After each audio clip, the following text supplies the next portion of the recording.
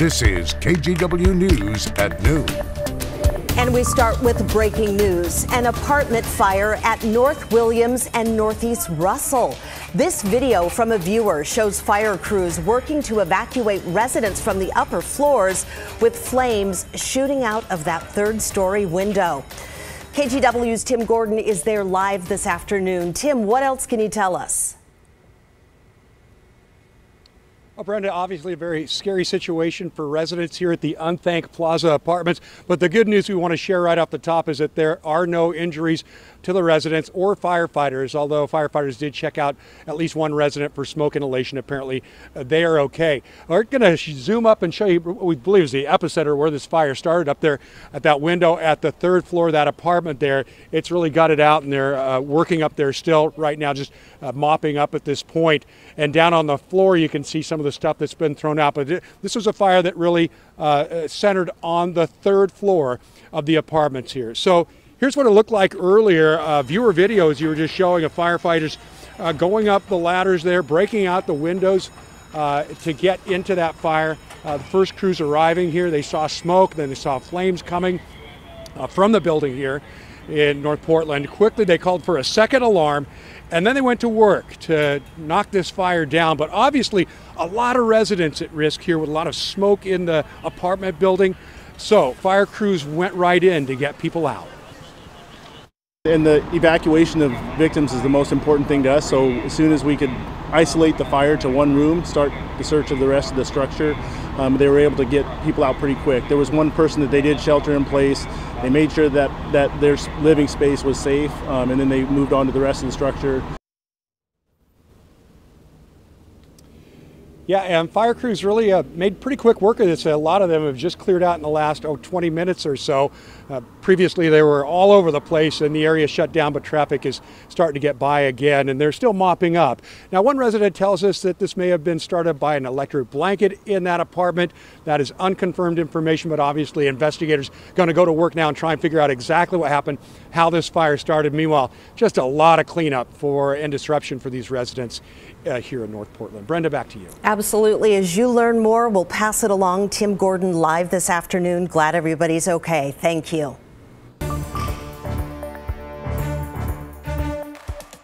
We're asking that this court preserve the status quo.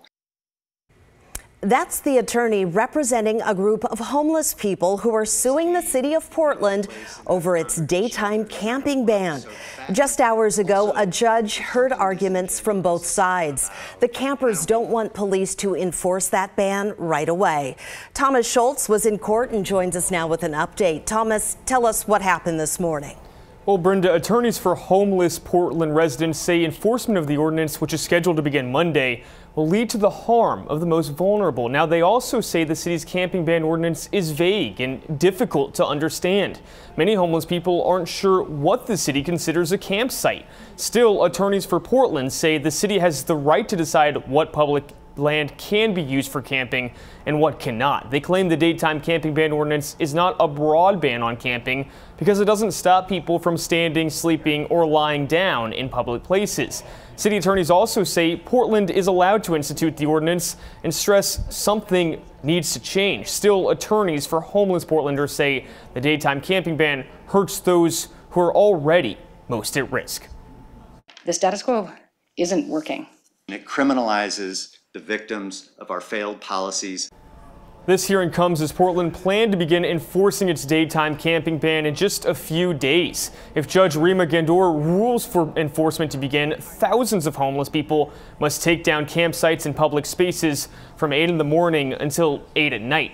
They also would not be allowed to camp near schools or in public parks. Now, penalties can include jail time and a $100 fine after 3 warnings. Gandor says she hopes to have a decision sometime today, though it could come as late as Monday. Brenda? All right, keep us posted. Thomas, thanks. Well, we are one step closer to a brand new Burnside Bridge. Multnomah County just announced the contractors hired to build it. 3 companies are joining forces: Stacy and Whitbeck, Trailer Brothers, and American Bridge. Work on this project started in 2016 after the county found that no downtown Portland bridges would survive a major earthquake. The project has already passed an environmental review. Then next month, the design phase begins. The cost to build the new Burnside Bridge can't be more than $895 million. And that really kind of helps us set the target for how wide the bridge should be and what are the different design elements that we can incorporate into it. What are kind of the aesthetic features that we can build in. So it's really kind of boundary setting for us in terms of how we move forward with the project.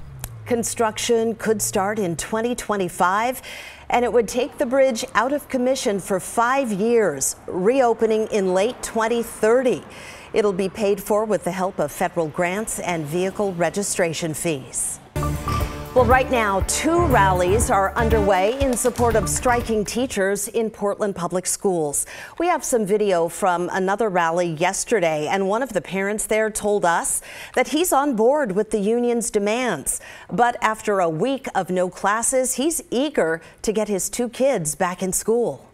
It's so unfair to 45,000 families across this city sitting in the balance, waiting for a text message at 7 p.m. each night.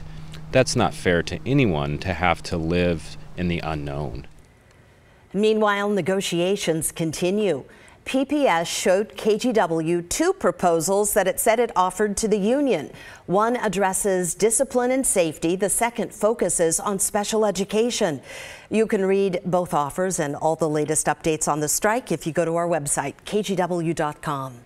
And stay with us for continuing coverage of the Portland teachers' strike. You can find regular updates on air, online, and on the KGW app.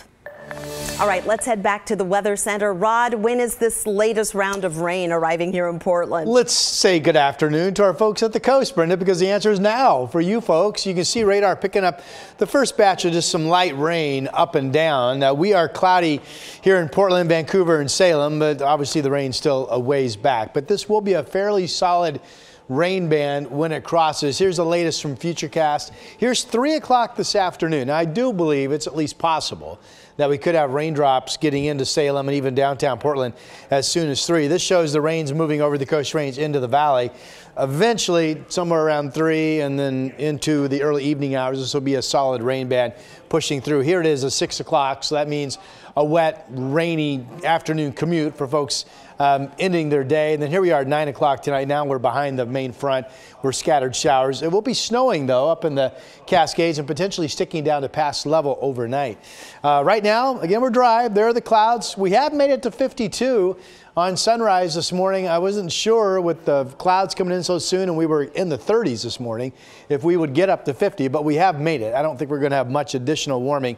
There's a likely rain at 4 o'clock and the showers with a temperature of 46 this evening at 8 p.m. That's your forecast for the rest of today. Brenda? Thank you, Rod.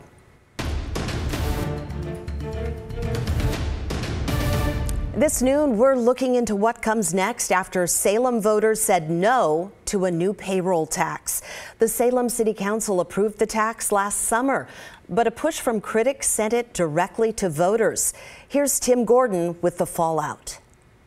By better than 82%, voters said no way to a payroll tax on anyone working inside Salem city limits.